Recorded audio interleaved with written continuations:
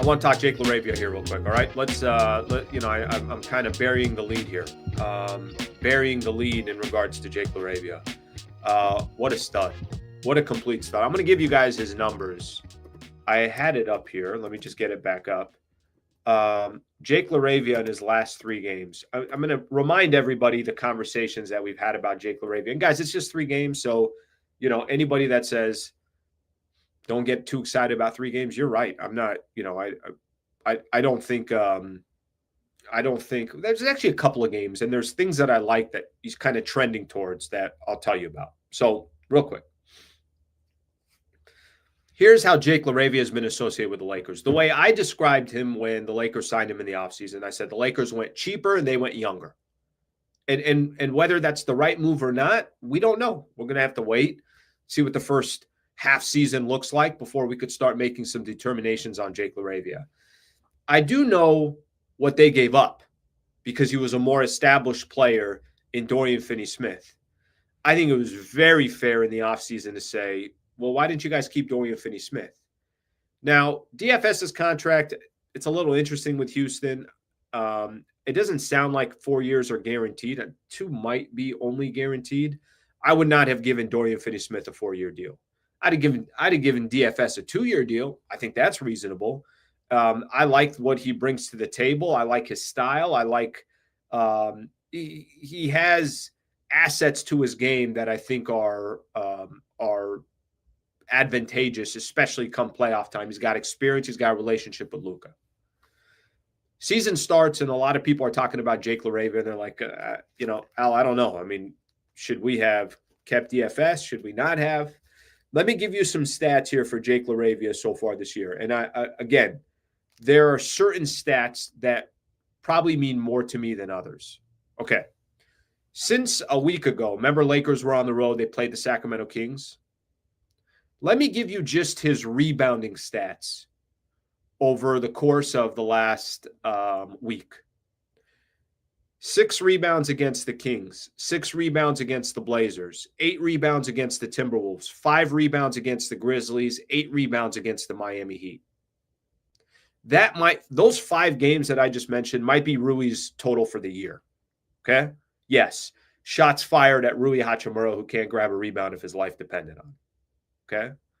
But right out the gate, I'm not even telling you points. I'm not telling you how he's shooting from the field, his ridiculous percentages from the field over these last 3 games. I'm talking about a role player that can you find ways to contribute? Any way to contribute.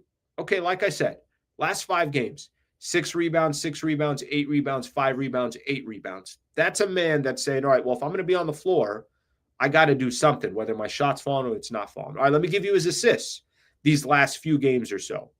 He had 5, I'll highlight a couple. He had a game with 5 assists, another game with 5 assists, another game with 3 assists, and then a couple of games with 2 assists. All right, moving the ball a little bit.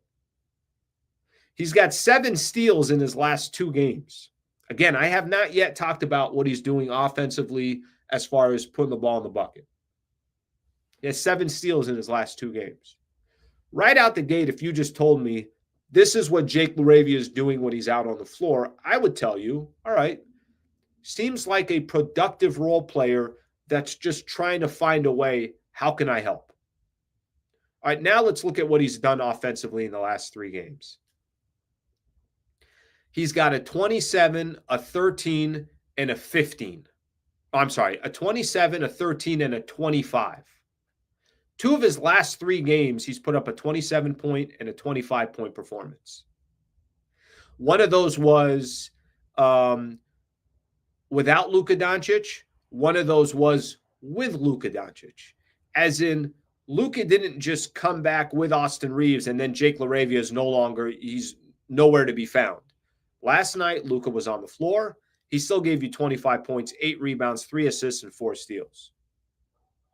There was a great quote after the game, and Jake LaRavia was talking about how, the moment that Anthony Edwards like, who's number 12, who's number 12, and he hit a couple of buckets and looked back at the Minnesota bench, he's like, I don't know who he is. I don't know who number 12 is.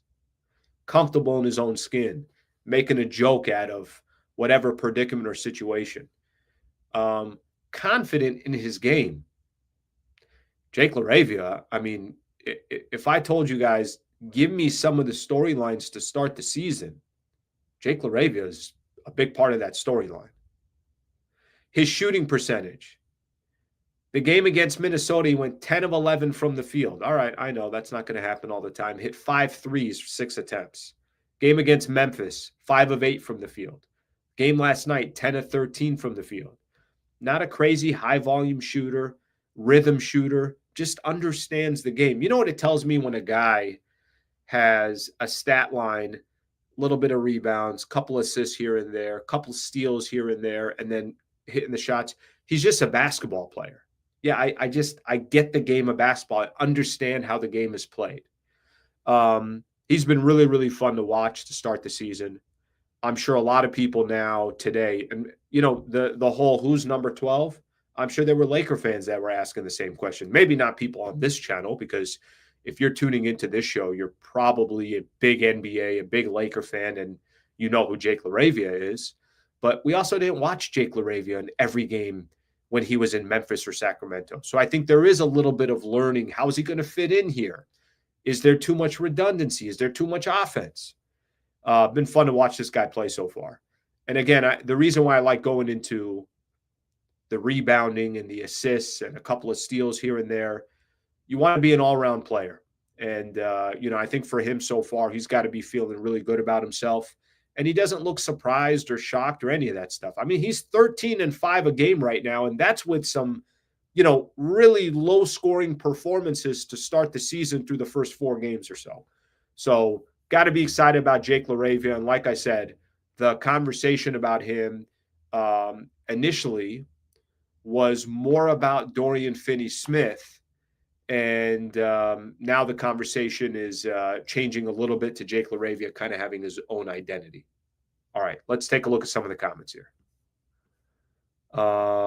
Jake the Snake, I love that right there. Yeah, I've been seeing that a little bit more lately. Do people know who Jake the Snake is? Like, are people that OG in the WWE at the time, WWF, where they know who Jake the Snake is? I don't know. There's probably some youngins in here, 25-year-olds in here. They're like, oh, who's he talking about? Go look Jake the Snake up, all right? Go look him up. All right, let's get another one here. Little improvement on defense, and we have a prime Klay Thompson in LaRavia, fellows. Let's go. Listen, Klay Thompson, one of the best two-way players to play the game, one of the best shooters in the history of the NBA. Obviously, that's a very, very high bar to set. But just to even have a conversation about, hey, it reminds me of this or reminds me of that, that's obviously positive. Very, very positive. The Jake 3 game run is critical moment, because the moment he got that opportunity, game 3 run, got you. It's a taste of potential that he will not unlearn. He now has a standard to aspire and to surpass. Can I tell you guys something?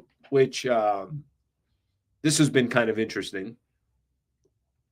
There's a moment in the game last night, and Jake LaRavia's in, and Dalton Connect's in.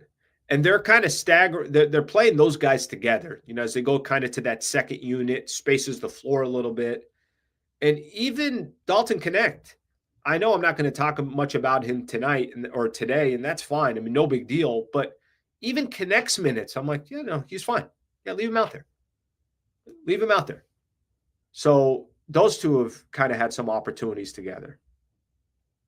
Let's see. DFS hasn't even played this year. I guess that ankle really was an issue. Give us DFS that. Guys, if I'm going to be honest with you, I'm a fan of Dorian Finney-Smith. I like his game. I really do. I like his game. I loved that trade when they made it for D'Angelo Russell. I even, I offered if I could drive D'Lo to the airport. I offered. I said, guys, listen, no charge here. I mean, I'm happy to meet D'Lo wherever he is. However long that drive is going to be, how inconvenient it is to get to LAX, I'm all in. I offered my services to the whole Laker organization. I'll fill up the tank. I'm not even going to put this on my taxes as a tax write-off. This is just pure out of my heart, out of my soul. I was a fan of DFS. So I got nothing against DFS. And he did get paid. He got some money in Houston, and he'll probably be a good fit when he's healthy there. I don't question that. And I think he'll definitely be a player that is important for the Rockets come playoff time. I mean, D'Angelo can sit in the front seat. I offered everything. I had bottles of water there. I had gum.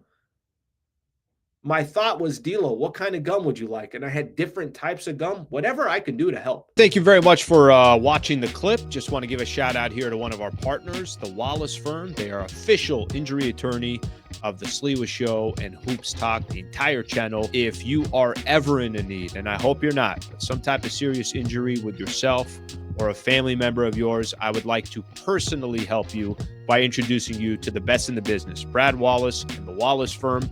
Also got a URL out here that you can use as well. Just go to wallacewins.com/Sliwa. Thank you for their partnership, and thank you for being a part of the Sliwa Show.